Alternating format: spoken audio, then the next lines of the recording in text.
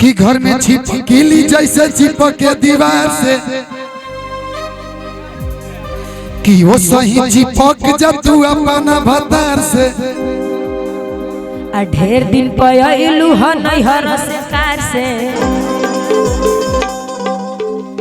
Music के साथ आइए म्यूजिक। हेलो कि घर में छिपकली जैसे चिपके दीवार से, घर में छिपकली जैसे चिपके दीवार से वो सही चिपक जा तू अपना भतार से, वो सही चिपक जा तू अपना भतार से।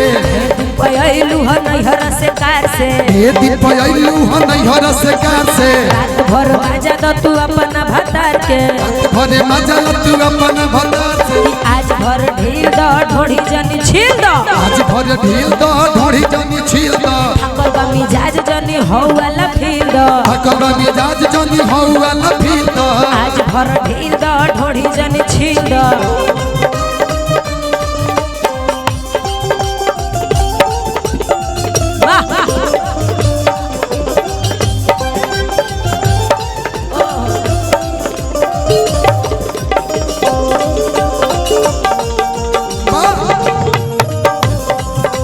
बनवा कदर न जाने बाली रे वो मरिया के कपल जो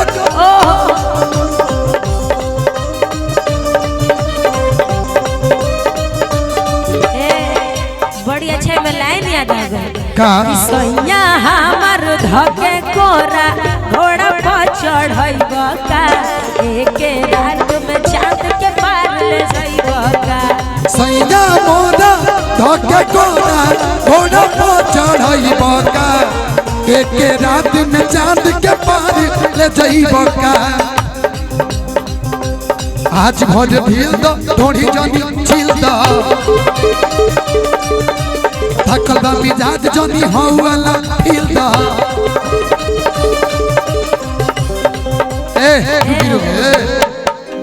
अरे की हवे चंपारण के लोग चैंपियन। ना ना ही ना पूरा पहले करा गई ई हो गई मैं लाइन में आ गई तनी मैंने शॉर्ट के पगला नाच। हां चुंबक फील करो फील कि पोरे पोरे देह मोरा टूटतावे हो। एगा ना पकड़ है जो धल है धल। हां कि पोरे इधर पोरे इधर देह मोरा टूटतावे हो, पोरे पोरे देह मोरा टूटतावे हो। जा बलम दम घुटतावे हो, मान जा बलम दम घुटतावे हो।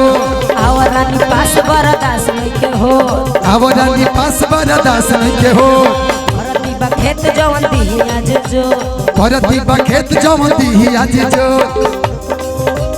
आज भर ढील दो थोड़ी जनी कि आज भर रुक जा मड़ई में ढुक जा, आज भर रुक जा मड़ई में ढुक जा। आई बड़ो मिल तो जरा के बीड़ी फूक जा, आई बड़ा मिल तो जरा के बीड़ी फूक जा।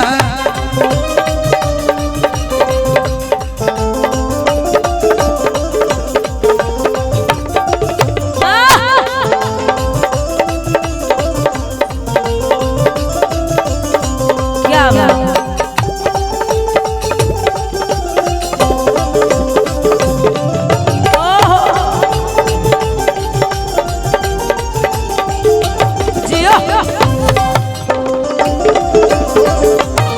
चाहे रही हो तू चाहे काटा रही हो, चाहे रही हो